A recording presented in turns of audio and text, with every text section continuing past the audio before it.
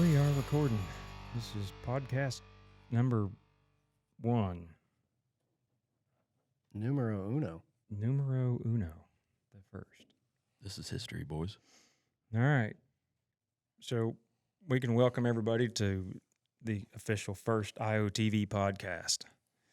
We've started this as basically an extension of the show that we have. It's our, this will be our 17th year on Outdoor Channel, and this is just an extension of that.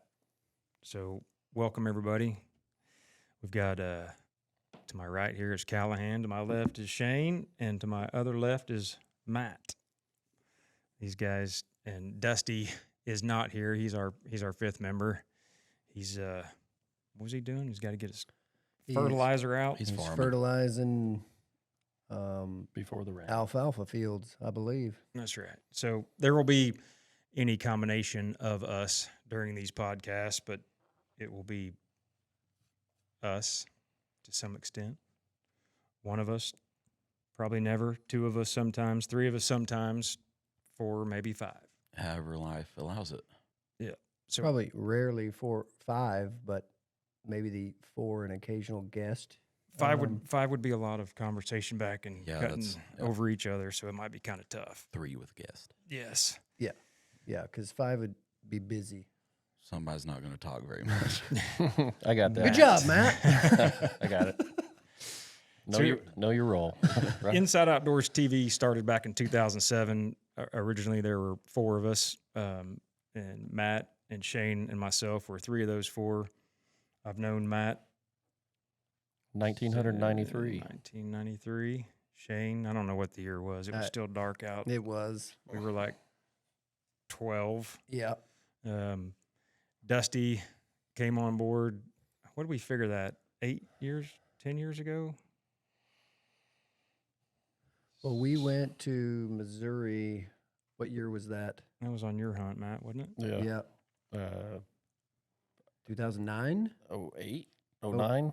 09? Okay. And then Callahan, we met. I wasn't even born whenever y'all started. Callahan's the pup. He's the new kid Hey, on the kiddo. block, but a lot of history between us. It's been a crazy 16 years. When we started this, it was kind of sitting around having a conversation about how fun it would be to have a hunting show, and Dave, one of the original 4, was working at an archery shop, met you. We Yeah. got to talking with Matt, and we all was like, "Hey, let's do a TV show." And my family had a production company, and so we thought, "Hey, we can do this." So we grabbed a camera and filmed a sow getting killed with a 22 for our pilot show. And a Toka, Oklahoma hog. hunt. Yeah, that was the number 1 first episode. It was what we submitted for our pilot show, and I don't think that it would even make it through the front door today. But they liked it for some reason, and it's been Different times. a Different fun- times. Well, slow it's a growth. mantelpiece. Yeah, it exists somewhere out there. But so a little background on each of us. I grew up here in Tulsa, production company. My dad started almost 40 years ago, and grew up just doing production, being around production, a lot of outdoor, mostly fishing shows, and this show was a fun opportunity for me to get more involved in, what I was kind of starting to do a lot of in my spare time, and it was a good excuse to have the company pay for us to do something we love. Well, But we yeah, were doing it anyway, so it just made sense. That's right. Gives you that extra excuse to get out there. Yep. Yeah. And like I said, I met Shane when we were like 12, 6th grade. Yeah, 6th grade. So obviously grew up around here too, and played ball together. And now you are 22 years in the fire service. Didn't think I'd ever be into the fire service. Again, Matt, Tim, and I played baseball together in high school. I went on to play college ball. Matt went with me. Or did you go with me? Well, Touche. I went with Matt to play college ball and carried it on, graduated, and went to work behind a desk and absolutely hated sitting still and being behind a desk on a regular basis. And my wife's friend, we go to a movie one night, and he's like, man, he was a firefighter at another city, and he was like, you should think about being a firefighter. I was like, it seemed like it would fit. Why not? So the very next day, I enrolled in basic EMT school. Told Shauna, my wife, I'm going to be a firefighter, and she was like, Sure. Enrolled, and I tested around for 2 years, couldn't even get an interview, and then She was like, you've seen the calendars, right? yeah, they're a lot taller guys. So got lucky 2 years into the testing process, and then now I'm riding around in a Suburban, a battalion chief for a department just outside of Tulsa, and been there 22 years. So Awesome. Matt, you still putting pipe together? 24 years. Yeah. I've been at the same company 24 years. I do some supervising now that I'm getting old, oldish. I started there in '99 as a welder. A lot of the overtime went to another part of the plant, and I just chased it. Newlyweds, starting a family, and chasing the money. Wherever the money went, that's where I went. And it's been a good travel. It's been a great company to be a part of. Afforded me a lot of time to start the family, raise my kids, raise my daughters. Spent a lot of quality time with my wife, and then a lot of quality time with, Shane through the years, Tim later on. And, it's not like we ever lost touch or anything, but we all started families. Life. And then, Yeah, back, I don't know, you and Shane, there was a handful of years that you guys, weren't with the show. You guys started the show, and then, as kids got older and, like we said, life happens. You guys sort of took a hiatus, raised your family. Kids are getting older now. Your girls are how old? 20 and 17. And Kennedy graduates tomorrow, 18, and then Wiley starts driving in August. So yeah, it's been cool to see, you guys, for good reasons, step away from the show, focus on family, and now, over the last year, coming back and sort of bringing this family here has grown too. When you guys were gone and Dusty came, and then Callahan, this family's grown, and then you guys are like the kids that went away to school and coming back and Graduated joining up college. again. That's right. So it's been cool. And so the Dusty, who's not here, we'll get to him in a minute. Callahan, like I said, we met you on a hunt Yeah. in New Mexico. Doing my thing that, man, I did it for a long time. I had to run, and I mean, most of my life was hunting, fishing. I was involved in school sports and stuff like that, but if there was any hunting or fishing to be involved, I'd rather go do that than all the rest of them. But, heck, y'all's been doing grown-up stuff longer than I've been alive almost. So, hunting and fishing has been a part of my deal ever since I could do it. My family was really big into it, owning in a marina, living out on a ranch. We were always going on family hunting trips together. My first big trip I got to go on was 7 years old, going to Kansas on a pheasant hunt, and there's 25, 30 guys staying in a barn, and you're this little kid running around with a BB gun and getting to just see the camaraderie and what hunting really is about and everything like that. And then how many pheasants did you kill with a BB gun? I think I hit one time. I'm pretty dang sure I hit one time. But no, just going through that and then getting to a point in life where you got to start making a living. And my kind of way of going about it was trying to figure something out that I could do where I could have the time to continue to hunt and fish.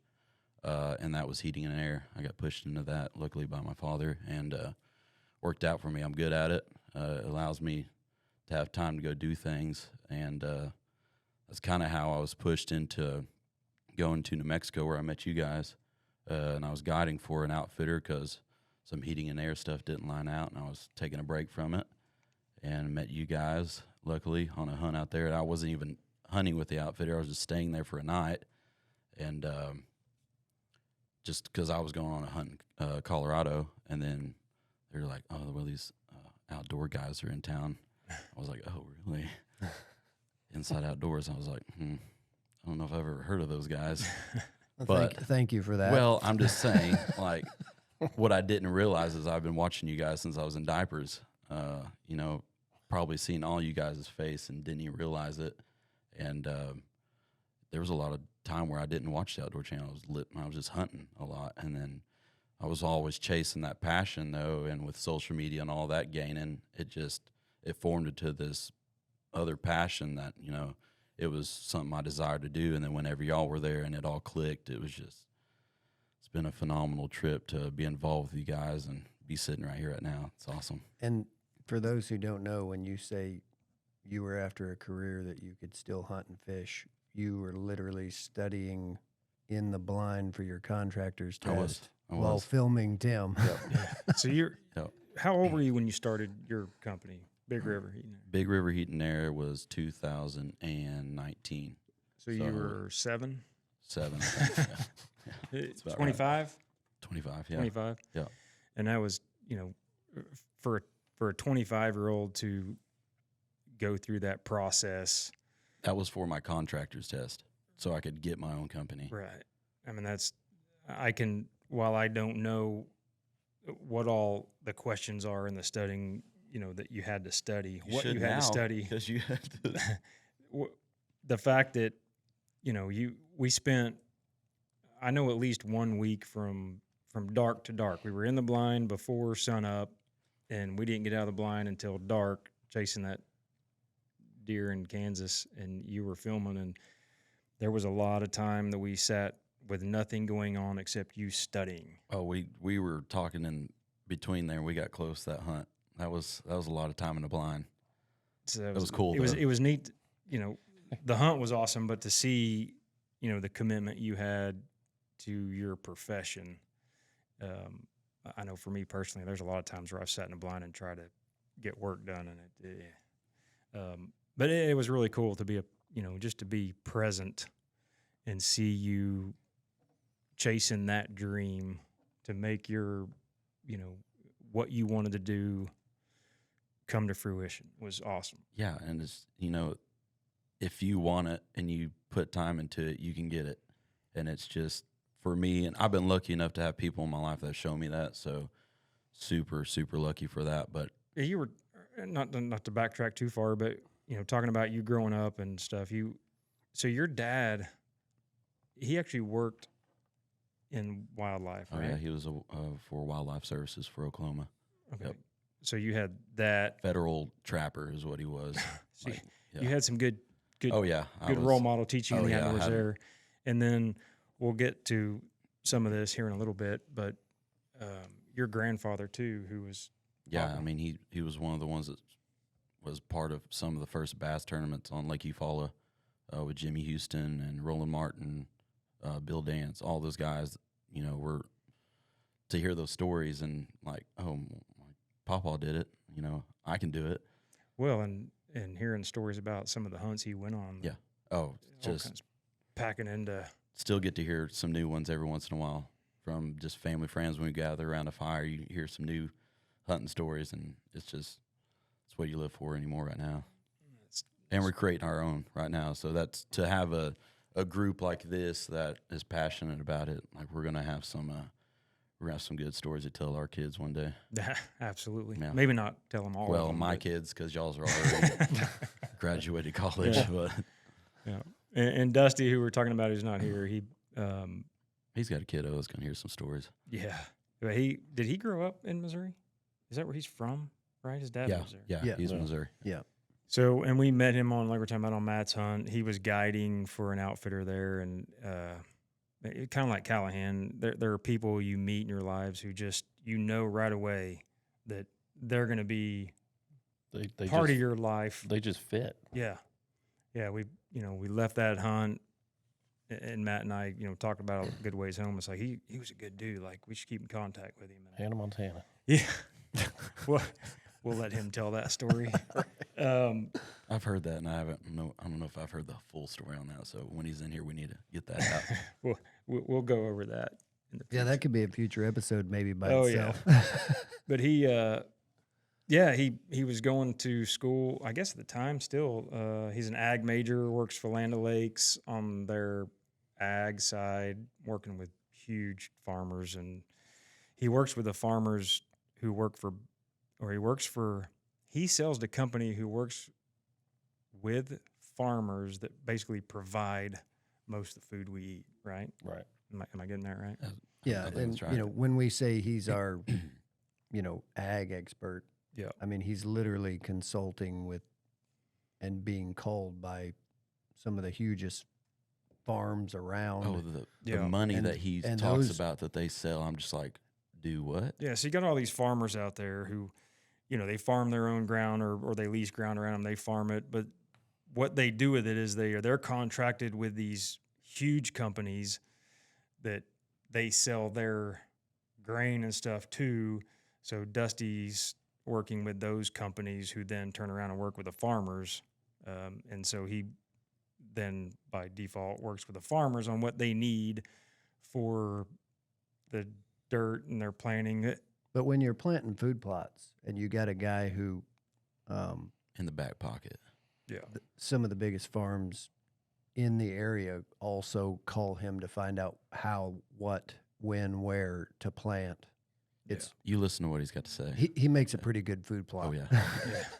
Yeah. We pretty much have it all covered with the group of us, and what our specialties are, if you will, what our strengths are in our different fields. I mean, you got, if we need, If we need anything made, yeah, fabricated. Matt can cut, weld, design. I mean, you name it. he Pretty good can squirrel hunter, too. Yeah. he's a great squirrel hunter, and his Toyota is an example of what Yeah, you right. can do with raw metal. It's good stuff. It's a hobby. It's a If we catch something on fire, or just safety in general, but your EMT background, it's Been a paramedic for also 22 years. yeah. So So, I mean, there's a lot of things that come with the fire department and medicine that is a huge help when we're out. Whether it's safety or recognizing, all kinds of dangers that we don't think about that you deal with daily. Yeah. Rope rescue certified, so I could help us out in that aspect as well. I mean, in the fire service, we're kind of the fire service is the jack of all trades.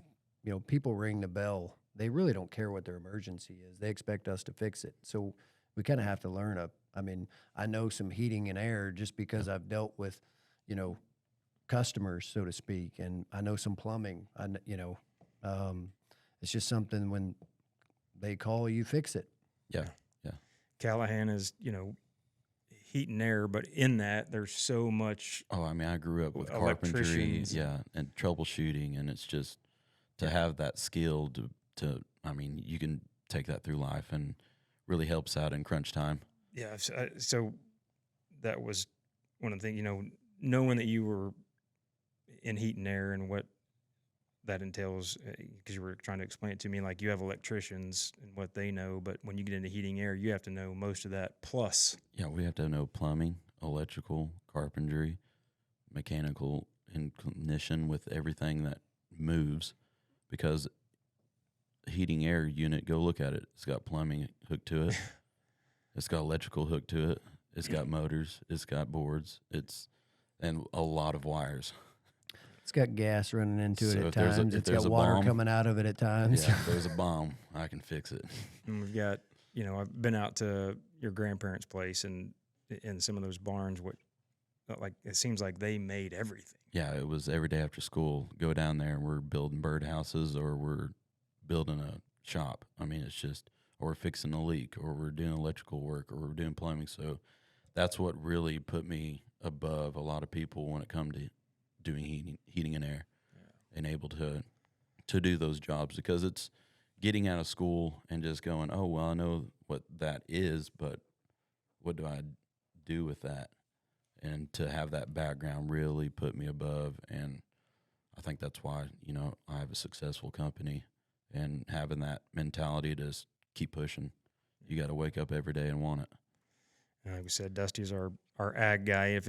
If it grows out of the dirt, I mean, the guy, and then with that, he's also still dang near a full-time farmer. I mean, that's what he's doing right now. He not only works for Land O'Lakes and doing all the ag and consulting, but he farms his own ground. He's, you know, people hire him out to farm their ground. So, you know, working on motors and tractors and Oh, yeah. trailers. And then I'm And then we got Tim. the tech nerd. So let's just say you're the guy that actually reads the instructions. And holds us all together. Because if it's got knobs, buttons, he's like a raccoon. He just goes to digging at shiny If stuff. he's not talking, he's thinking. There aren't too many manuals or instructions that I've actually read, like, you know, setting this stuff up, or, you know, when I started editing, we had a client. We didn't have an editing system. We had a client that, you know, basically talked to my dad about us getting editing. So I quit going to college to be a teacher at the time. We got the editing system, and the book was like, you know, 2 Bibles stacked on top of each other, and I opened it up and immediately just closed it. I've never been a big reader, scholar. You know, I learned by taking stuff apart and putting it back together and pushing buttons. So we had the opportunity or the option to get 24-hour a day, 7 days a week, 365 days a year, no holidays, tech support. And the project that I was working on, our first project, it took me about a year to complete it. And when I was done, I knew every tech support in that company by name. I almost quit working for our company to go to work for Media 100 was the name of the editing software. I almost quit and went to work for Media 100 as one of their techs because I knew like if my computer crashed, I knew why. I knew how to back out of it. I ended up demoing units for the company here that sold them because I knew, you know, it's not that I knew more about editing. I knew more about how to break it and then fix it. So if somebody called with it broke, I knew how to back them out of it. And, you know, I like pushing buttons. I like seeing how things work. I've ruined some things. So was your son. What's that? So was your son. Yeah. He's getting better about the putting back together part. We've still got a dirt bike, 700 pieces in the garage. Yeah, but the fact that he's a button pusher is your fault. Yeah, yes. Especially my buttons. But he's 18, so what do I expect? But so between the 5 of us, we've got, you know, most of the world covered and what we can fix if something comes up. And between the 5 of us, we can't fix it. Heck of a team. It's pretty amazing. And, you know, the family atmosphere, the brotherhood between us, it's hard to find somebody that you can continually, you know, sit for every day, spend 24 hours a day for a week around and not want to absolutely kill each other at the end of it. And even more than that, you know, we all still get along. It's you know, everybody listening, if you have a sibling or if you've ever had a roommate, you know that no matter how much you love them or whatever, at some point, everybody gets on your nerves. But, you know, this group has stood the test of time. And, I mean, Matt and I have been the best of friends since high school, Tim and I since middle school. And, you know, we've all wanted to go toe-to-toe or at some point, mainly at me because I don't ever shut up. But that's why you and Matt are best friends. but it's like, you're right. It's like you got your hand up the puppet. And see this. So now I'm a puppet. But sitting in a tree or in a blind 12, 15 hours, I mean, Especially when there's nothing moving around. and you haven't seen a hair Yeah. and you know, are able to still jive with that person and And somehow, some way, shape, or form, we've put together a team that it doesn't even matter which two you put together, it jives. A lot of uh, when you say constructive criticism, most people think just busting each other's balls or arguing, but we honestly have good conversations when we disagree with each other and talk it through, or someone does something stupid, which is I've done a lot of that. It's it's constructive. Hey, maybe we do this instead, or it's everything is with the intent to make each other better, and it's shown with the show, with our hunting abilities, with our home lives, just that accountability that we hold each other to in a way that was with the intention of just making each other better because we love each other like brothers.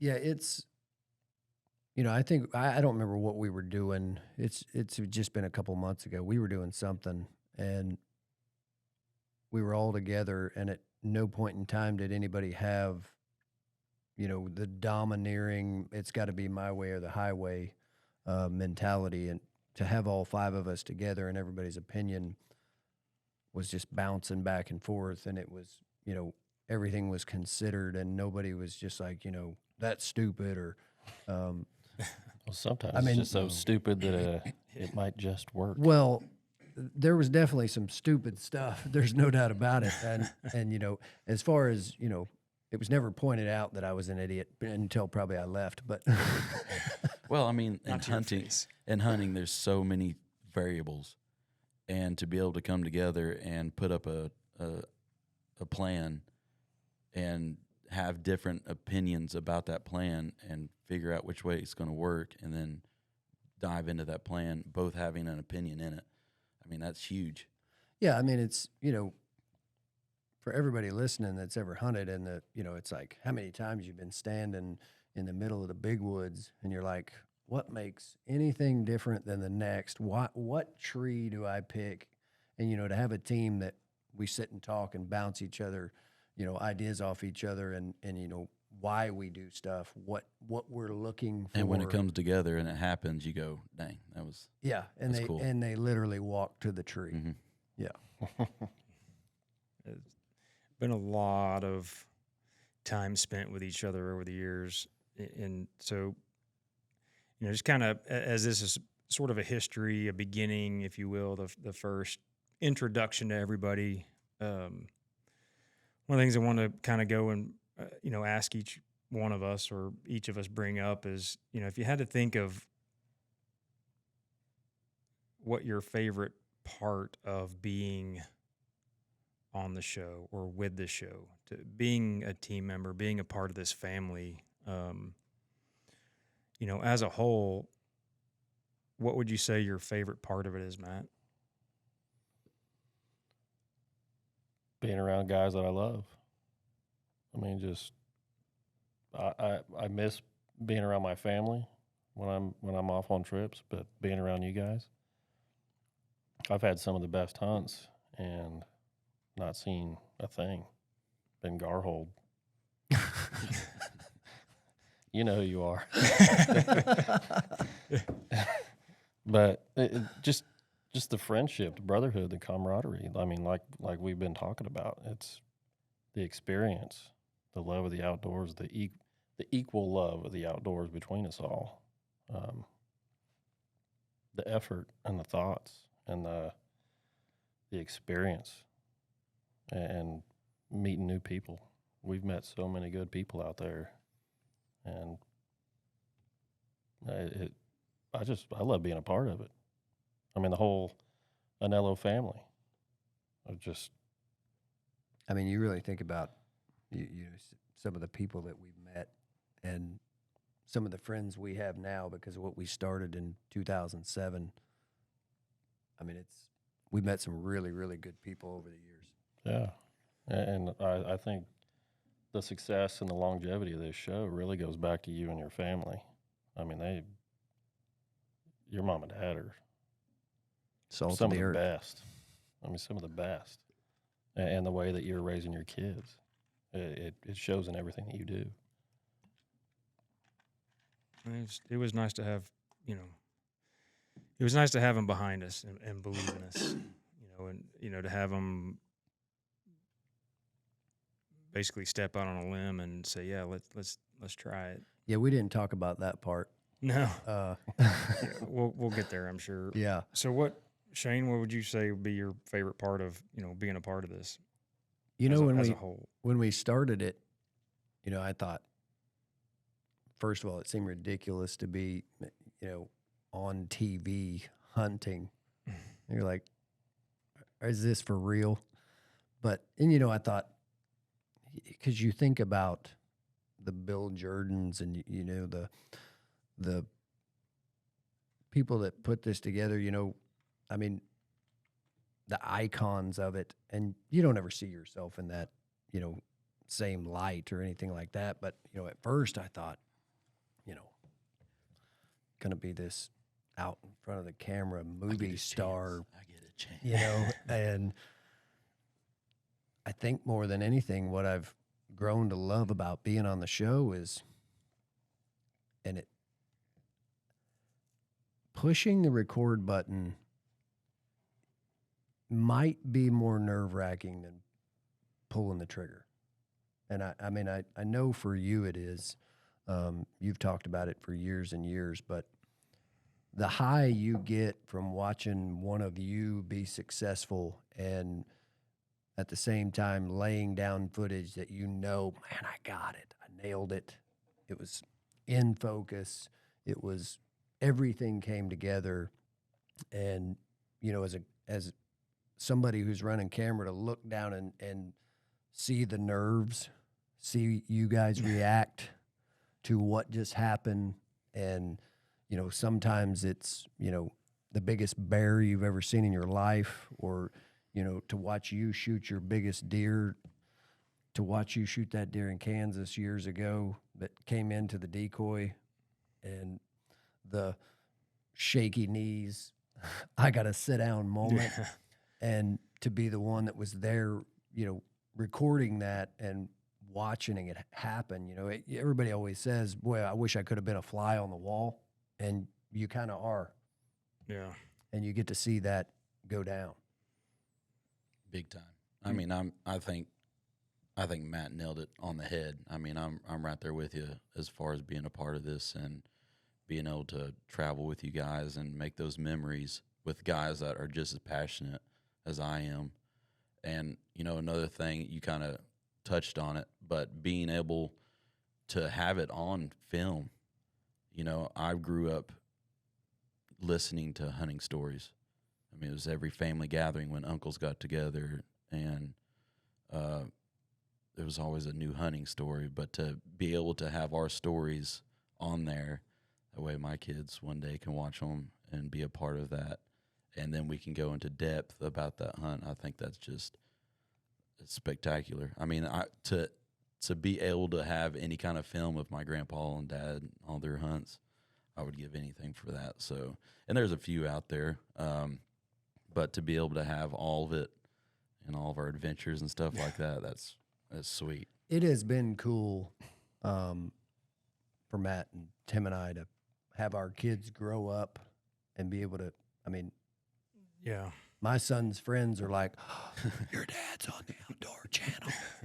And I've literally answered the door for some of them, and I they're used just to be like, one of those kids. I used to be one of those kids. and I'm like, easy, you're taller than me. You don't have to be in awe. It's pretty cool for a minute. Your head kind of swells up. You're like, hey, I am kind of, but it's been really cool.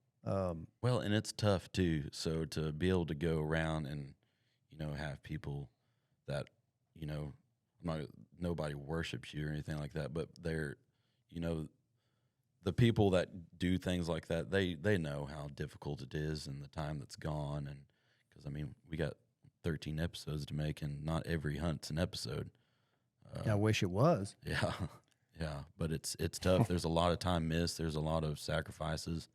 And it's cool to meet other guys that are just as, going to shows, going on different hunts, and just having somebody there in camp that you've never met before from a totally different part of the world, and they're just like you. Oh, absolutely, yeah. And it just happened. And then you become just friends forever. Yeah. And then the adventure continues. I've, like what you said, I mean, just meeting so many people through this it's expanded my life. Well, you and Dusty are on the Huge. show because of it. Yeah. Just people we met. Yep. Absolutely. Gave me a chance. But you've done it the longest. What's been your favorite part of it? Timothy. So thinking about this podcast and kind of writing some of these down topics, it's funny. I didn't put much thought into my answer, but listening to you guys, I think my favorite part overall,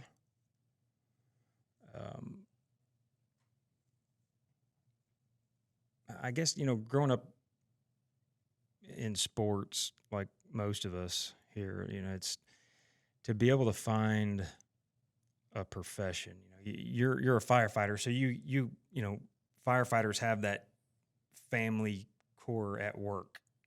You've got a team there that's just like your family. And I think too, a lot of editors in other industries, it's a life of solitude, sitting in an office. And I was not really a secret that I'm a little ADD. Never would have dreamed that I would be sitting in an office editing ever. And then when I started doing it, and for years, the beginning of it was dental stuff, and then it got into editing Bassmasters, but it was still just sort of that by myself in a room. And then when we started the show, and being involved in a group of guys again that are like-minded and working for the same goals, I think is probably that, knowing that, I can do something for a living, that I have a family outside of my family, that I have you guys, we all lean on each other and talk to each other outside of hunting about life.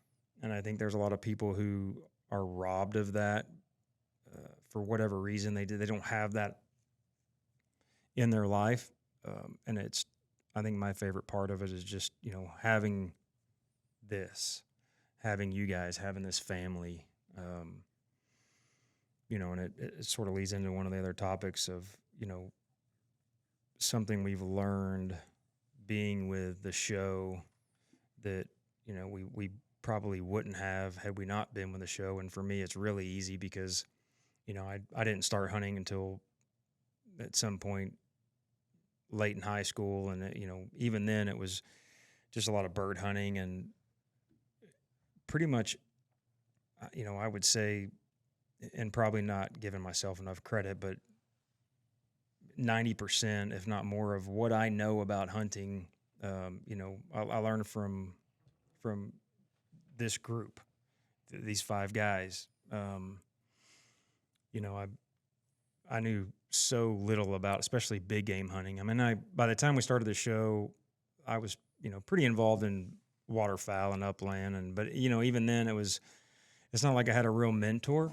And I feel like when we started this show, each one of you guys was a mentor. I mean, I can't narrow down to one thing that I've learned being on the show that I wouldn't have, because so much of it about hunting that I've learned.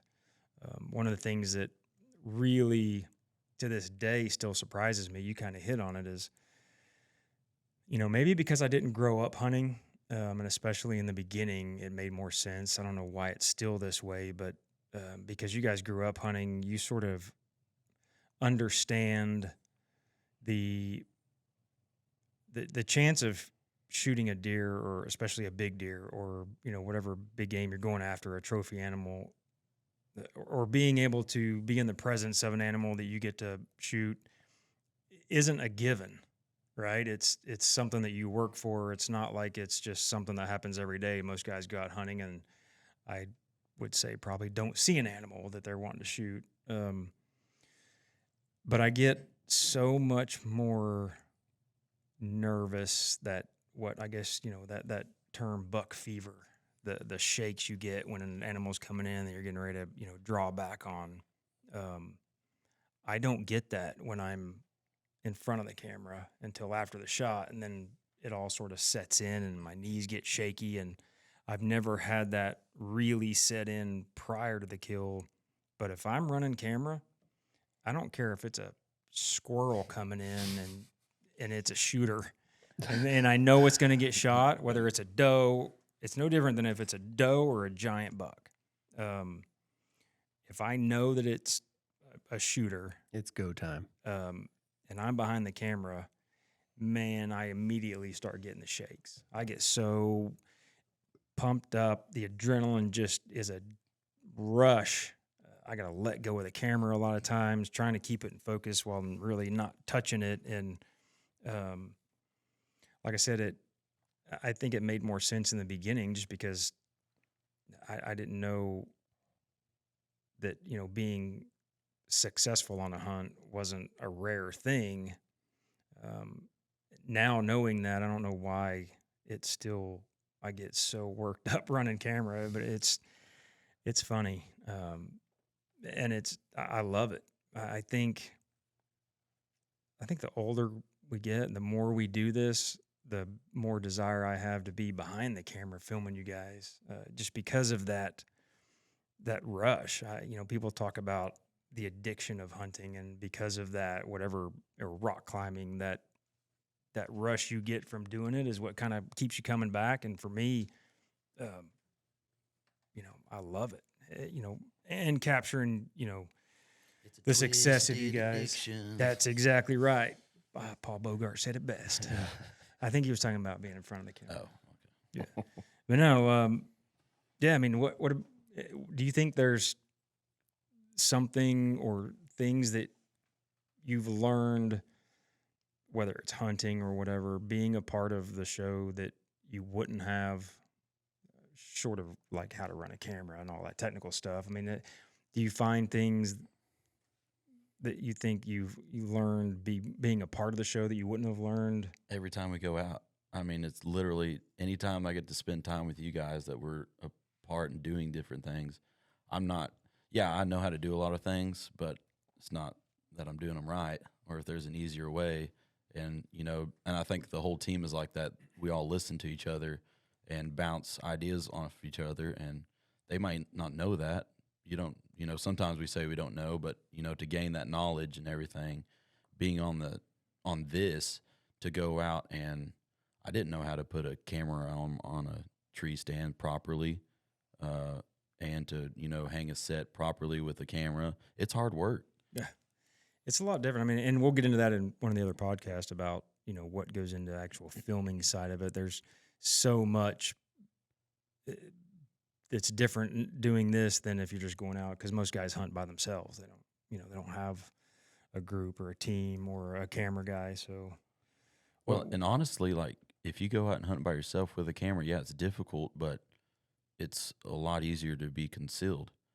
That might be harder to get the shot on film, but as far as hiding two guys and being in correlation and making that happen, it's difficult. But learning that, and like I said, just being around each one of y'all that are knowledgeable and stuff that I'm not. I mean, y'all got a few years on me, so y'all definitely know a lot more than I do. But it's nice to be able to be in that field and being around and learn different stuff. I mean, I'm open to everything that comes about each time we go out. But Shane, anything you can think of that you think, not just in hunting, because, there's a lot of stuff as hunters that we would, have evolved and would have learned anyway. But, do you think there's something unique about being a part of the show that taught you something that you wouldn't have? I don't necessarily, like you say, taught me something. It's just that, and it kind of feeds into what Callahan was talking about is, the detail that we have to put into a hunt to hide cameras, multiple people. So when you look in, and being a woodsman as a group, well, it sure makes being a woodsman alone a heck of a lot easier. When you walk into the woods and you're looking at backdrops, you realize what's going to stand out, what's not going to stand out, because now all of a sudden it's not just the tree at your back that hides you. And so when you've spent time in the show and we're trying to hide ourselves as a team, and you walk in and you're able to make assessments that you never would have had to make if you were hunting alone. So there's something that I definitely think all of us have learned because of the show that we wouldn't have without being a part of the show is God did not make two straight trees in the woods anywhere right next to each other. They're all a quarter mile apart. And it seems as though he's barely made a few straight trees when you're trying to put a camera arm and two people, and or one straight tree that's big enough for two stands. We've had some top days. But it's made me a better woodsman just all the way around, just because you pick up things from each one of you that you guys do in the woods that I may not have done, and vice versa. And I just feel like I wouldn't have paid the detail attention to some of the things that we have to do, and because I have, it's like when Matt and I are away from the show for a few years, I mean, we talked about it. It's like it's a whole lot easier to go in there by yourself. Dude, so all of my entire, with the exception of a couple of times when I got a bow from a pawn shop early on and tried to bow hunt, it ended bad. That went well? No. So really all of my big game, especially like deer hunting, has been on the show with at least one other person. And the few times that I get to go out and hunt by myself, I feel like a ninja. Oh, absolutely. Like I feel like when I'm by myself in the woods, I feel like I can hide from anything. Because not everybody's quiet. But just being just one person without all that camera gear and stuff, it's like you feel like I could cram into any little crook, I could get in any tree. I can just hide from everything. Well, the first time I did it after leaving the show, I felt like I forgot everything because I didn't have 2 backpacks full of stuff to take. And I was like, I am missing something. You know what, though? I missed it. Like, whenever I kind of took a break, I missed it. It was absolutely. Like not having somebody there to kind of chat with and well, how many times you sitting in the stand did you turn around to look to? You realize, it's I learned to love it, but I missed it. Those all day sits by yourself. Because if you're not using a camera, you're wanting to go hunting in your spot to chase that deer that you're after. So you usually don't just go sit with a buddy and he's got a weapon, you don't. Matt and I did. Really? We just go climbing a blind, just be like, who's shooting? I don't know. Yeah. Well, what about you, Matt? Anything that you can think of that, you learned, just being a part of the show that you wouldn't have learned just being a hunter growing up on your own forever? Really, try anything, no matter how stupid it sounds, no matter if you think it'll work or not, try it, learn something from it, change it next time. That's how I always try to approach it. I guess I would have to say I've learned that too, just because we've tried some stupid stuff. Well, and it worked. And what comes along with that is patience. I've learned a lot of patience. But like what he's talking about, we've done some stuff that has been like, how many times have we said, no way this is going to work? Plenty. How many times have you, or we set up in what is seemingly the perfect setup? Like this can't go wrong. And you nothing. Yeah. Patience, because you're just sitting there waiting for it, and it's just like, what's going on? Or that deer doesn't come in the right way. You can't shoot it because you don't have the angle. Or you pile in next to an old tire sitting in the middle of a field and the turkey runs straight to you and you shoot him. And you've been hunting him all week in the perfect setup, hidden in a bush, and he won't come in for nothing. Yeah, you find the perfect tree, sit there, nothing happens. You go sit on a telephone pole on the middle of Yale, and there he is. Yeah, I'd say that's a good one. Try anything. try 'Cause anything. you don't know what's gonna work actually. No, I mean, anybody, professional hunters, nothing works all the time. What would you say, Shane? And this is going to be a tough one, but if you had to think about, and you might not be able to narrow it down to one, but your favorite hunt over the years with a show, In front of the camera or behind it? your favorite hunt. Man, that is going to be a tough one.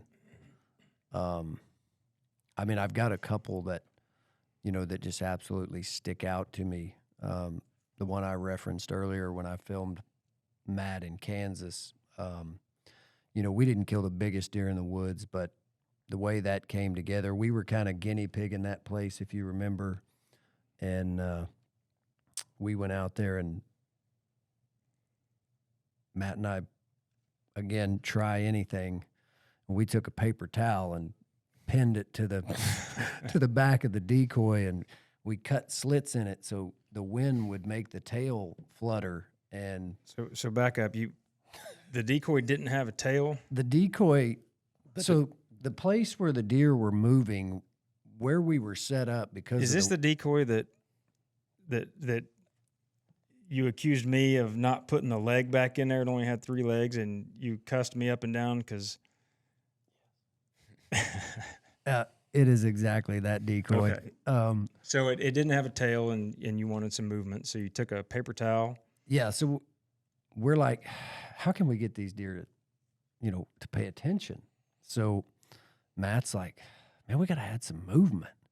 So we literally get a paper towel and we cut strips in it so that it's, like Fluttering. fluttering. And mashed it in the mud. Eye candy. we put, Eye candy. and whether it was necessary or not, we literally mashed it in the mud so part of it would be brown like a whitetail's tail. You had to do that. And so we put it on there, and we're hunting this absolutely beautiful wheat field. And we bashed the head in, put a shed in there, so it just looked like this. Was it a doe decoy? It was a doe decoy. It was a ready doe. What year was this? What year was this? This has got to be 2009. That was in Sedan at Yeah, Hale's place. yeah, in Yeah. Sedan. And so we take the ear out and we cram this little shed antler in there. So he's got one horn, and we've taped a paper towel to its butt. And we're watching these deer walk on the other side of the field, and we watch, a decent deer walk in behind obscure where we can't see, and they were going into this little pocket and then coming back out, and this deer walks in, and it was one of those moments where a deer walks in, but the different deer walks out, and this deer walks out, and I'm like, that's not the same deer. And Matt's like, no, that's a shooter. And about that time, the wind blew that tail, and that dude locked up and came all the way across that field, puffed up, drooling, snotting, head cocked. And he comes in there to fight that decoy and actually hits him. And as it spooks him, he jumps off to the side, perfectly broadside, and Matt just absolutely laces him. And so right off the bat, I mean, we just had a blast that week. I mean, we saw deer. We had a good time.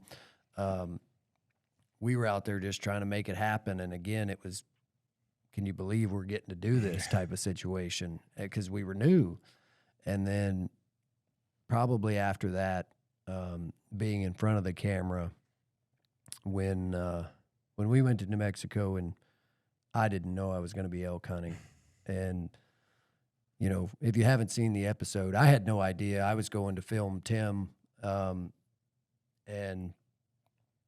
we get there, and I'm running camera and Tim's, you know, doing his thing and he's showing, you know, the viewers through the camera, the tag. And, you know, I zoom in because he tells me to zoom in on it so they can see it. And it's got my name on it.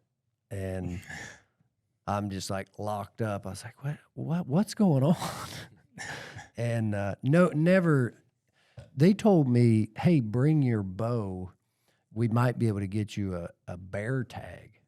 And we got there, and, you know, I said something to Wayne, and he was like, yeah, you know, there's no bear tags. All the bear tags have been filled. So I'm thinking, you know, Darn. and the reason they told me to bring my bow is because they had gotten me an elk tag. And, I filmed him, and it was a whopping, maybe 4 hours. Yep. And Tim killed an elk. It was one of those that it was a good elk. I mean, it was a 5x5, probably what? I don't remember. I mean, 275 type bull. Probably not a bull that you shoot, if we're being honest. But I had an elk tag in my pocket, and you knew it. And 4 hours into it, you laced one, and we're standing over him. And the next 4 days, you chased me around, and it was like nothing I've ever done. When a bull elk screams in your face and you got a bow in your hand and the hair stands up on the back of your neck. And it was a crazy week. We saw a ton of elk, and I finally killed my first elk. And the way that went down when we were standing in that opening and there's a bull coming from every direction and you somehow made the call to go right, and that's the only one that ended up coming in. I see it like it was yesterday. Yeah, I know exactly what you're talking about. And he went 15 yards and fell on camera. Yeah. Yeah. And so, I got to put that one up there. Of course, there's a lot of them, but those two just stick out in my mind. The other bull we filmed me kill, that was pretty epic adventure too. But, that one being the first one, pretty special. Yeah. Matt, what about you? If you had to kind of narrow them down, your most memorable hunt that sticks out to you, your favorite hunt? Shane, Kansas, up at K&K Outfitters. We went up there. Muzzleloader? Muzzleloading. Snow on the ground. The 5 below day. It was frigid. We packed in early that morning and got behind some they baled soybeans. Yeah. And we're sitting there and the sun pops up and we see some deer. I know where you're going. And you could just kind of make them out. And the way the sun was hitting his antlers it was one of those picture perfect scenes. Stands up and he starts making his way out to the edge of that field, and I'm like, that's a good deer. That's 170 inches. And he's like, you think he's that big? Yeah, every bit. Yeah, he's 170.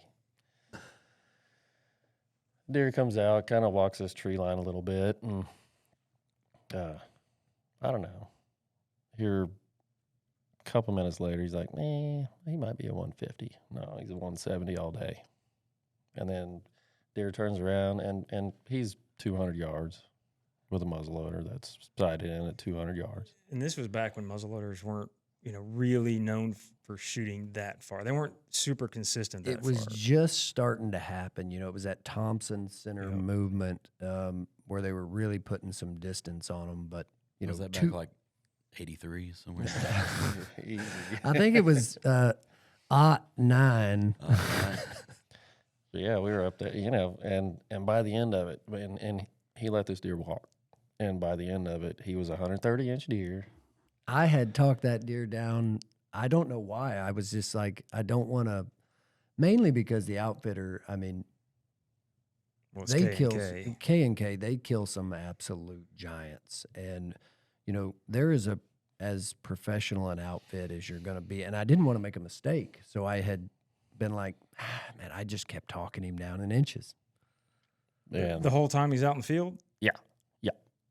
And then about the time this thing is out of sight, because he left, Oh, he was 130 inches, and I'm behind camera just beside myself. He's told me 100 times. He was like, "Dude, that's an absolute giant. You should have shot that deer." He was a big, mature whitetail. And we're sitting there in the blind, and I'm just, just lost. He's still mad at me. Just lost. I don't know what to say. There's nothing that he can say to make me feel better. You can't make an excuse why you passed a buck like that. And hour, 2 hours? Yeah. It was still morning. Well, we called you, Tim. You and Dave were on your way to Iowa, and it was the year that you and Dave went up and hunted. Yep. Dave killed that high-racked, kind of tight high-racked buck, and we had called you to tell you about it, and it was probably maybe 9 in the morning when he left. Yeah, because we got to watch that giant walk around for 45 minutes. And we knew you guys were on the road, so I had to call you and tell you we saw one. What made him decide to shoot it? So we're just sitting there patiently, and some time had passed. I think I had calmed down a little bit. I was actually picking some soybeans out of the bales and chewing on them, and we look up. I think you saw that. It was an 8-point, and it was just a majestic 8-point. Now, wait a minute. What he's not telling you is I took a grunt call and a can call. Okay. It's December 11th, I think it was. So it's late, in the season, because we had gone for a muzzleloader hunt and weren't successful. So we went back for a rifle because you can use your muzzleloader tag. And I had the can call, which was relatively new at the time. That Primos can. Yeah. Yeah. And I, way off in the distance, and this scrub Matt says, "There's a deer." And I look, and it's like a spike, wasn't it? There was a spike, and And more. I start grunting out the window and rolling this can call and grunting and rolling this can. And he goes, "What are you doing?" And I was like, "I'm going to try to call him in." I'm gonna call them Because they're gonna come right in. Can calls brand It works new. on TV. Yeah. Right, works on TV all the time. This is what it says. And he's mad at me already, and he's literally like, "Whatever." We're not seeing anything else today. So I throw up the binoculars because I'm, watching this spike 3-point, and all of a sudden I see antlers. There was like a little creek, and I see them jump down in that creek, and I'm like, "Matt, there's something else." And what was that 8-point? Maybe 135. What I judged the other deer to be, 135 plus 8-point jumps out of that ditch. Yeah, yeah. He was a 140-inch 8-point. Had the same frame as like the James Jordan buck. Just much smaller. Just kind of carried the mass all the way out. It was beautiful. Take off about 100 inches. Right, Yeah.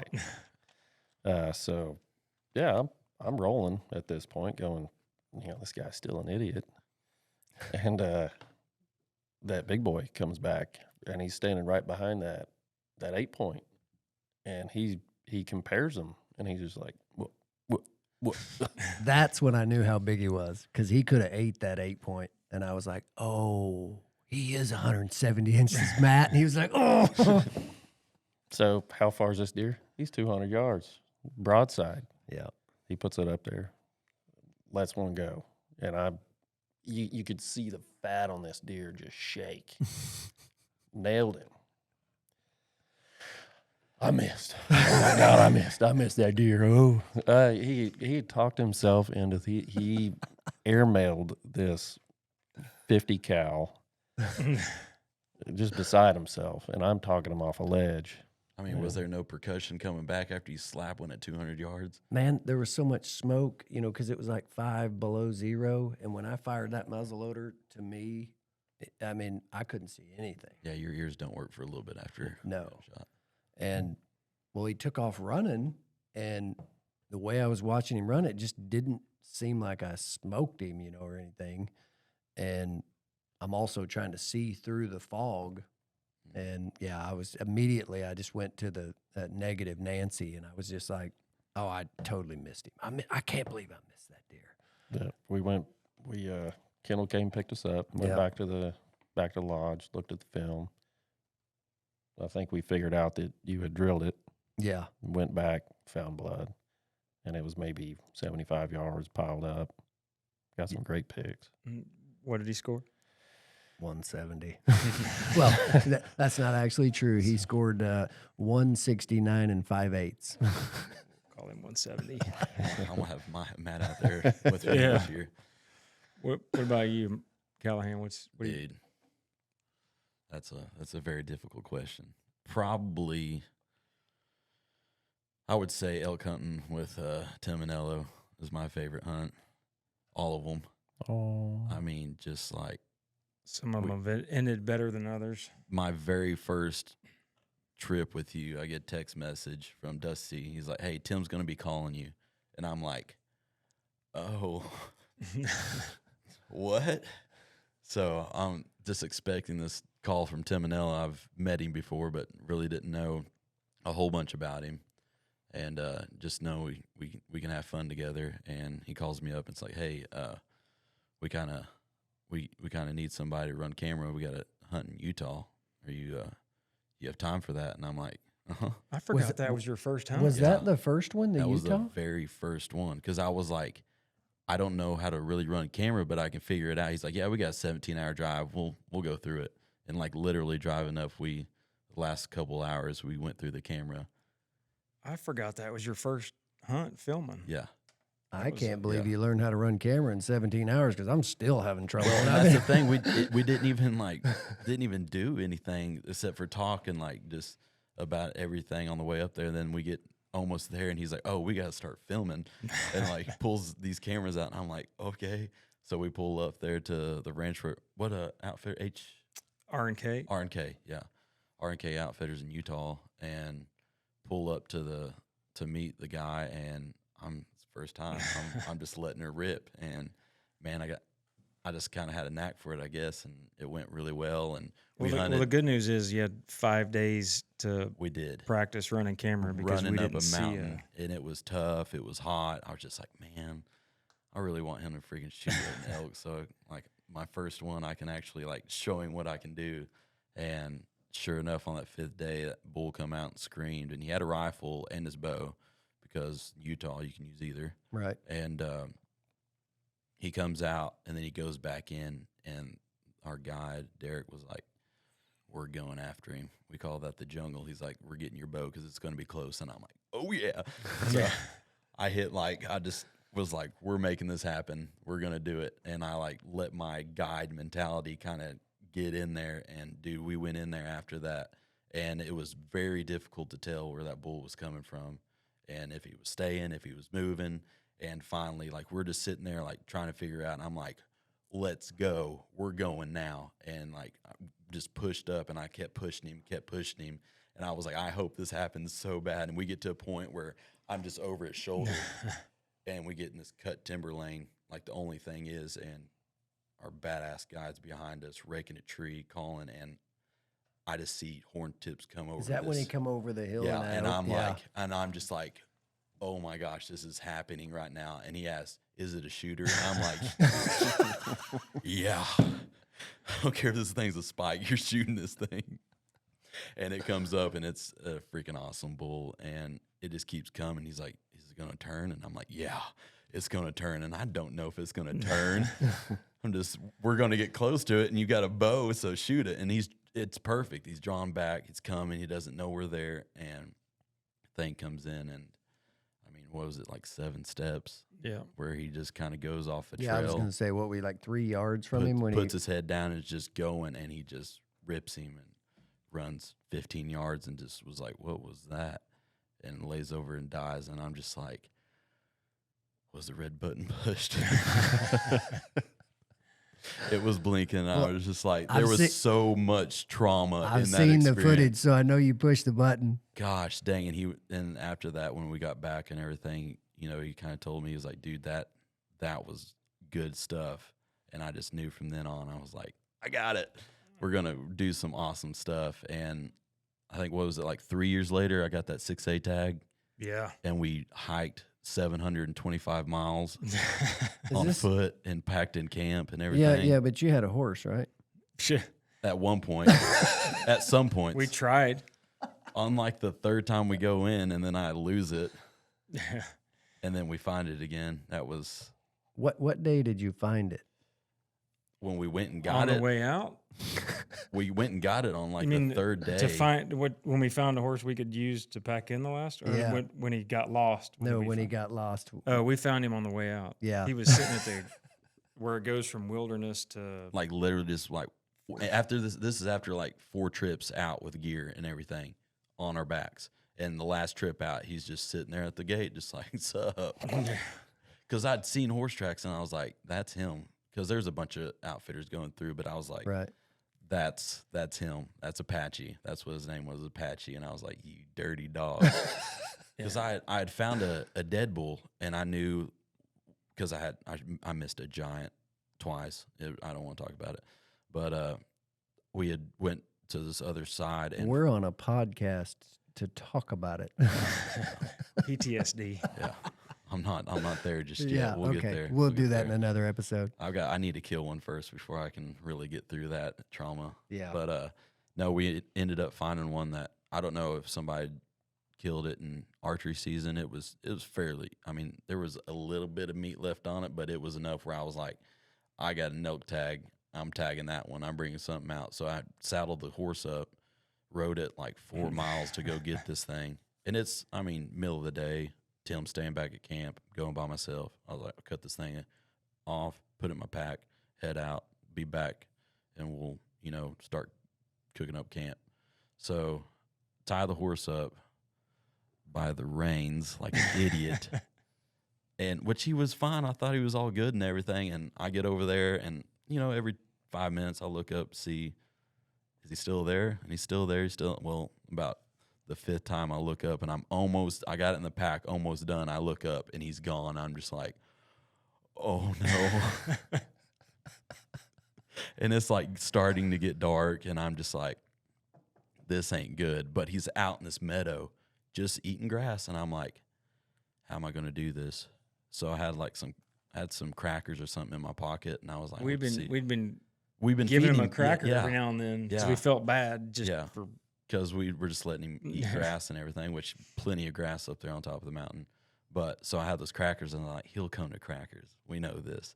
So I pull his crackers out, and he pulls his head up, and I'm like, oh, I'm so lucky. And he starts coming over there, and I'm like, okay. So I turn around, I get the reins, and like going to get it back on him and everything. And he just like 15 feet from me just stops. And I'm like, what are you doing?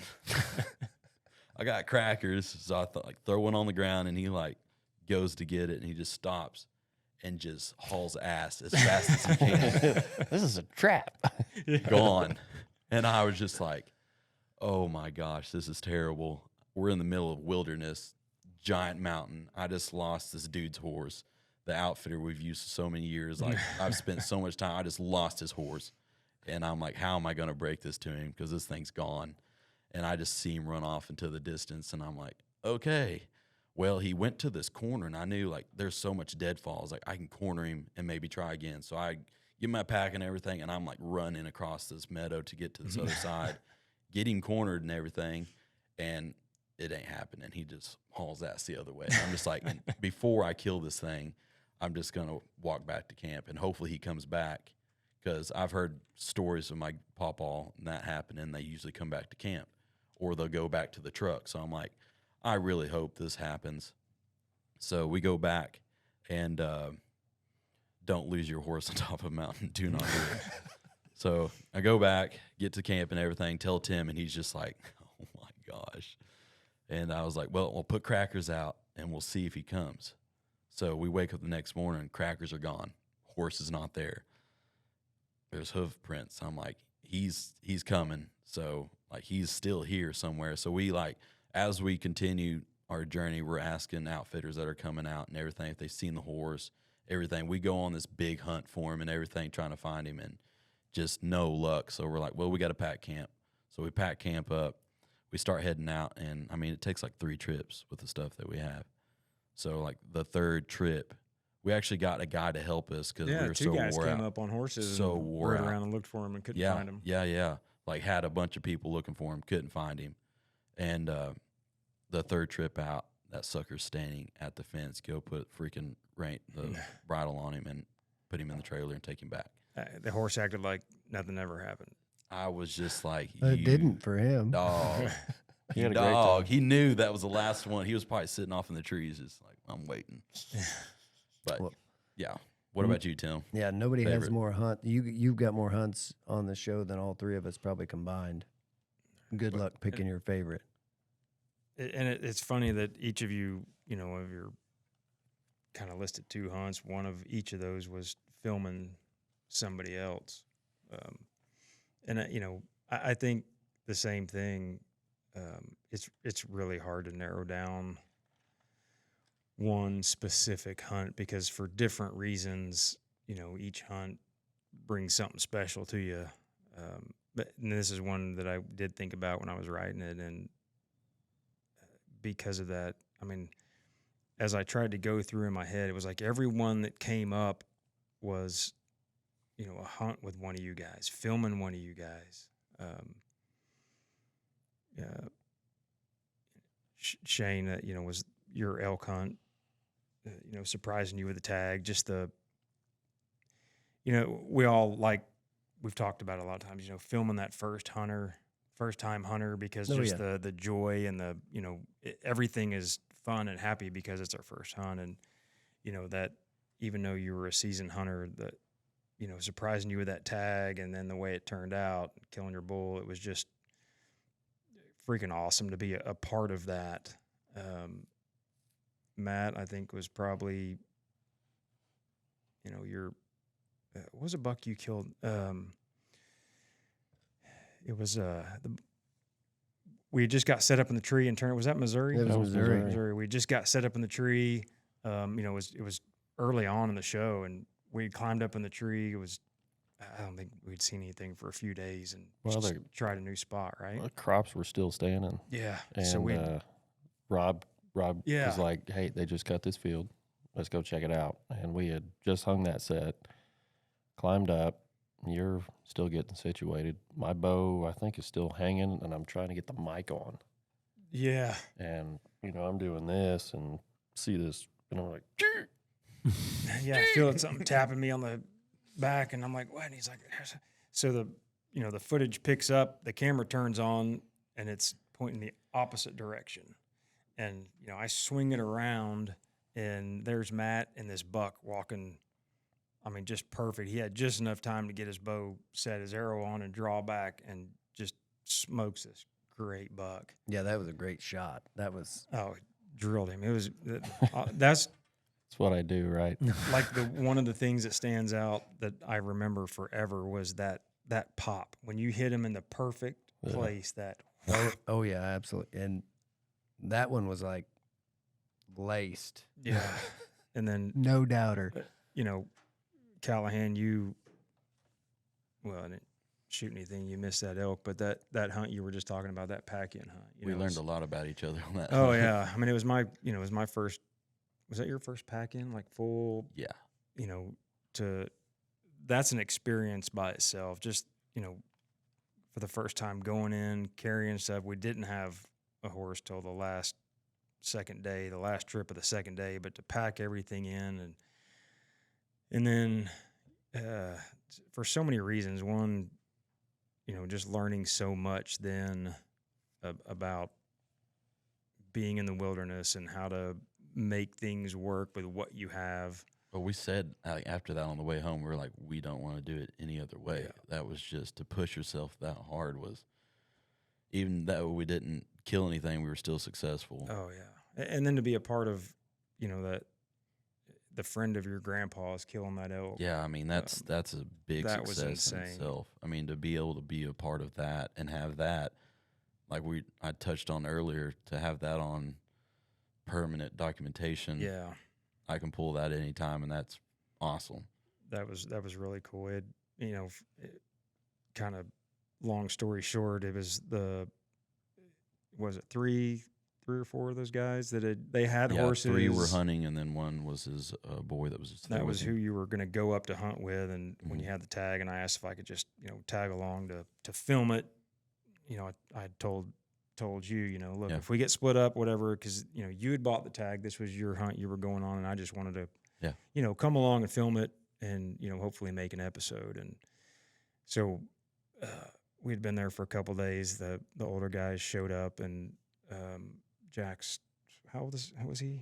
70, I think it was 74. 74, and so on the way up, one of his horses had bucked or something and didn't like whatever, screwed up his gun, so he's using a different gun. And because he didn't have a horse, those 3 older guys were all hunting from horseback, and his buddies were like, he just told him, just go on and hunt. I'm just going to hunt around camp here. And so we got up that morning, and Callahan was like, Jack, what's going on? He's like, I don't have a horse. I'm just going to hunt here around camp. And we had scouted prior to those guys getting there and seen several decent bulls. And a big bull came out that we were going to go after, and it went the wrong direction. We couldn't get our right wind, and there were still several good bulls. And so Callahan was like, Jack, just come with us. We can get you one of these bulls. Jack was like, his only worry was, I'm not going to screw you guys up. And both of us were like, no, like, this is awesome. And probably some of the best elk footage I've ever filmed. Wicked how that we went get down. we get Jack down there and set up, and this bull just comes out screaming and wide open. And I mean, I was down on my knees, sitting on my heels behind a little bush, and as this elk comes out, I don't know, a couple hundred yards away, and we're sort of on one hill, and there's a draw in between us. As he's going down, there's a rise in front of me, and you guys are up higher. Mhm. So as the bull keeps coming lower down into the draw, as he's getting closer, and as he starts coming up, there's a rise in front of me. So I stood up, or not stood up, I was sitting on my heels. So I came up to my knees, and he still starts, continues to disappear. So then I just raise the camera up over my head, and the whole time I'm thinking, just don't spook the bull, don't spook the bull. And he shoots this bull, runs off just barely out of sight. And we get down there, and to hear Callahan and Jack talking about stories of hunting with Callahan's grandpa, and Jack just beside himself that we would do that for him, and then hang out, skin it for him and stuff. It was just, man, that would have been, Oh, we could have went home. if then. that was the last day of Yeah. the hunt, Yeah. it would have been perfect. Yeah. But then to continue on and spend another 5 or 6 days and just learning so much together. I mean, like, yeah. we just went off each other because we didn't know. I mean, we've both elk hunted, but we didn't. See, I felt a lot more confident in the time thinking you already knew a bunch of that. No. I just thought I was learning. Well, all right. I just knew that there was a bugle. I know what they do, and we're going to go after them. But we did. We learned a lot, and that's one of those that I think that changed our outlook on hunting a lot, because if I had to give everything up, I would get it. If I could only get one tag a year, it would be a tag in a wilderness somewhere that we had to pack in. And To pack in and be in that many, around that many animals was just, that was cool. It was cool. Sucked that we didn't, get that bull that we were after, because he was a big one. massive. But, that's that one that got away. That's what, keeps you going back, and maybe there's a chance. Yeah. See one like that again someday. Yeah, it's a heartburn, but it's definitely keeps you. It's a driver. Yeah. We knew going into it. We talked about it, that it was gonna suck. Well, I knew, like, the amount of money I spent on that tag. I was just like, hey, we're going after a big one. Like, we had several opportunities to shoot a nice bull, but I was just like, hey, we know what's up here, so we're going to push for that big boy. And once we finally got eyes on him the 4th day, I was like, yeah, we're going to do that. We're going to continue on that one. And it was just it was a fire. We were jumping the deadfall that was in there. Oh yeah. We got lost in it at night. Got turned around. I got scared for a second. It was spooky. We overestimated our physical abilities. Yeah. we quickly learned that we did not train enough to pack in, because we loaded our packs for the first trip in As and seen made on it. TV, and we're just like, oh, We yeah, made yeah, it about 100 yards, and I knew I wasn't going to be able to keep up with Callahan because he's 20 years younger, and we made it about 100 yards from the truck, and I was like, hey, he's just kind of bebopping along. I'm like, Callahan, and he turns around with this look on his face, and I was like, I don't know if this is going to work. He's like, no. So we dropped about half our stuff and repack. And Heck, we got one of those. We took those dollies. Those. some kind of cart. Yeah. I will never do that again. In my Yeah, life. that was worse. Yeah, It was easier took on your us back. like 4 hours to get up there, and it should have took us an hour, but it was one I'll forever remember, and I know you will too. So we know why we hunt. We know why we, do what we do. Why did we bring it to a podcast? Like, when you and Ashley were dreaming this up and how this was going to go down, where did it come from? What spurred this? Mostly Ashley. So for, those that don't know, she's, fairly new to the team and the company. She's sort of the idea spawner of a lot of things to come, and some of the most recent stuff. She's super creative, and this was, something we'd sort of talked about over the years, but, when she comes up with an idea, it's like, it's not really, hey, you guys want to do a podcast? It was like, hey, I've got this spreadsheet made up of doing a podcast, and here's a bunch of ideas and how we can set it up, and like pretty much had it all laid out on paper, and had so many good valid points, as being a newer hunter. She loves the outdoors. She's come to know more hunting over the last couple of years, being with the show and the company, but it was her really laying it out to what she's gotten from being around us for the last year or so, that sort of made me realize that we can do some good. So moving forward, what really the purpose of the podcast is not so much just for us to reminisce and tell our stories, which is going to be a lot of it, but in those stories, we've done a lot, we've experienced a lot, all of us. Oh yeah, no doubt. And to be able to share those experiences and the things that we've learned with, everybody listening, in hopes that, they'll maybe not make the mistakes that we did, be able to teach them things that we've learned, give them ideas, or, maybe spawn some creativity in them to try new things or venture out farther than they thought they would. We all have different experiences and we're all at different levels. We have our own unique strengths and weaknesses. And so for us to be able to get together and talk about those things and relay this to listeners, really in hopes that, we can spread the love of hunting and the love of outdoors and, entertain them, but mostly, teach, give something worth back to, all the listeners, because it means a lot to me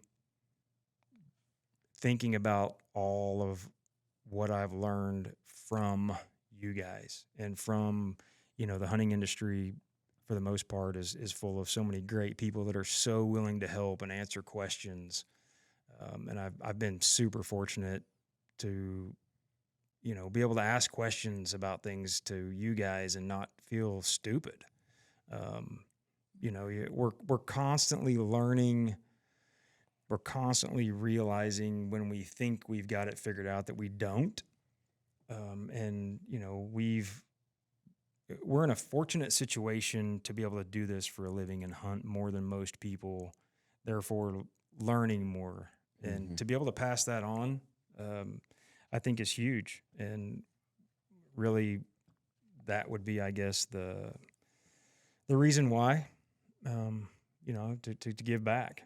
Well, I was so like inclined to do it is because there's so much in between that you can't fit on a segment.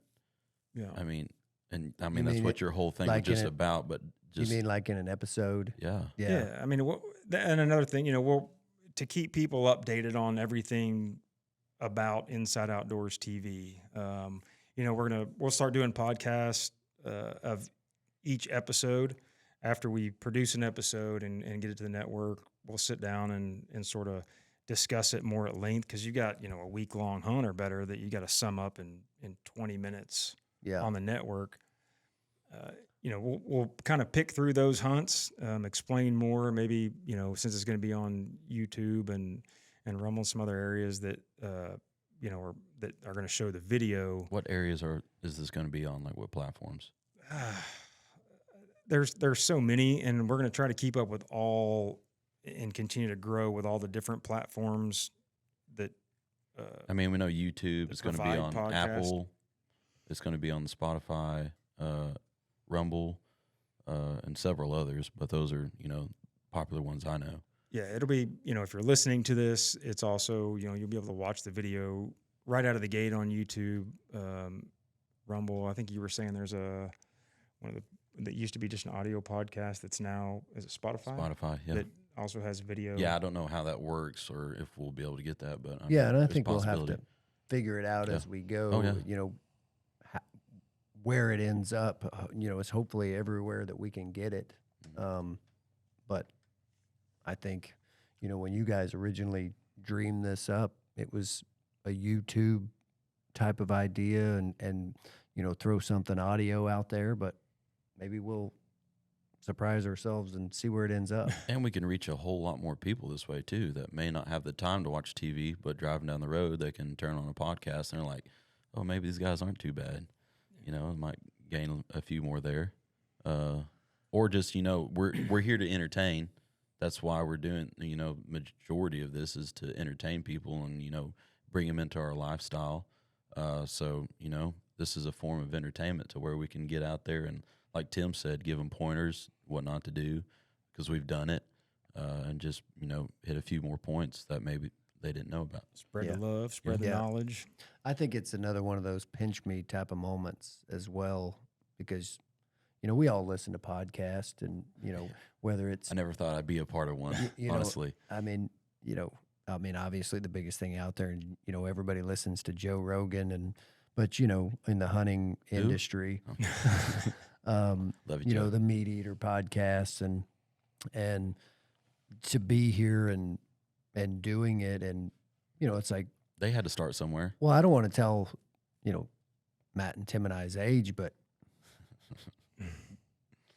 and maybe not as much Tim, because like you said, you didn't, grow up, you didn't have a mentor that took you out as a kid hunting as much. But, Matt and I don't know how many magazines we had to read. And we took it as gospel, like absolute, if you read it in, Field and Stream or, any of those magazines, that's how you did it, period. And you interpreted it yourself. There was no explanation to it. It was a writer, and you went out there and tried it, and you're like, I'm not doing something right because this ain't working for me. I ain't seen nothing. Well, and then going back to the monster buck videos, Oh, just He did- there was nothing better on TV. Yeah, he For- did it. It worked. I'm hey, gonna try that. Callahan, there was this deal called VHS. When? And we used to watch it. We sit down and watch them like it was Before the war. and just watch them over and over and over. And like, I can tell you I had a few Primos VHS. monster buck videos as soon as the hunt comes on, I can tell you where the deer's going to go and which tree he's going to rub. And, to watch David Blanton and those guys, but growing up before those came out and we were reading magazines, there wasn't anybody to talk to, but anything to watch on TV, like our local stuff every now and again. Oklahoma Wildlife Department had a little, regional show, and you'd watch that and pick out everything you could. So, the opportunity to teach and, you know, it's not like I'm some know-it-all. I mean, I've only reason I know stuff is because I've screwed up so much that I know how to Same. not do it. And so the opportunity to let people not make the mistakes that we've made, like you said, I look forward to it. And the little things that, you know, you'd learn in the industry, because we get to, you know, rub elbows and run hunting strategy by some really, really, I mean, like true woodsman. And the reason that they've, you know, killed the deer or the elk and the things that the experiences they've had is they've just done it and done it and done it. And, you know, we've had the opportunity to pick their brain. Yep. And it'd be nice to give that back, like we were talking about. But then also, we're on a podcast, you know, it's, to get to sit around and talk about this stuff and just enjoy the time and There's a lot of time in between. So to feel that, to be able to kind of keep that. And to fill in the details Yeah. for what we don't get to talk about. Because, like I said, how many total minutes of a hunt do we get to put on the air? About 20, 22 minutes. Yeah, and that's a 6 to 8 day hunt, and we get to pin it down to 20 minutes, and we just can't really get into the detail. How many episodes have y'all done in 17 years? Well, this will be our 17th year, so Well, 16. 200 and I mean, if you know, 13 episodes a year for 16 years, about 208 episodes, give or take. You know, That's a lot.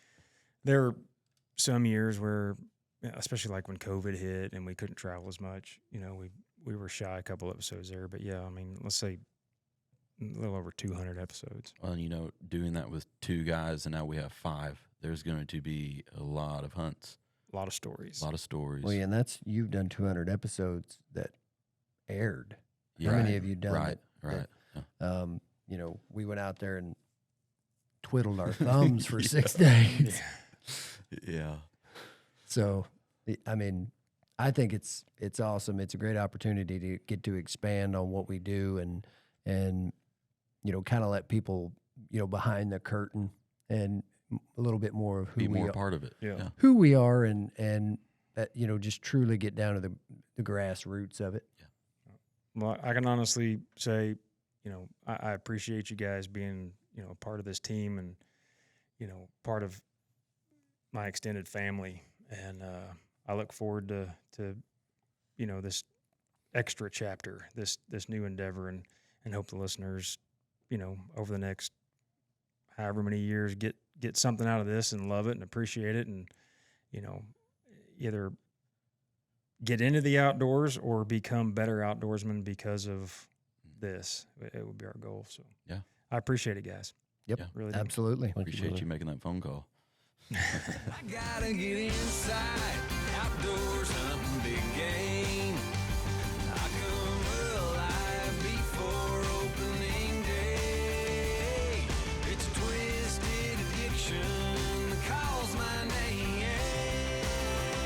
I gotta get inside, outdoors hunting big game. Keep up with IOTV on social media for all their latest news, tips, and giveaways.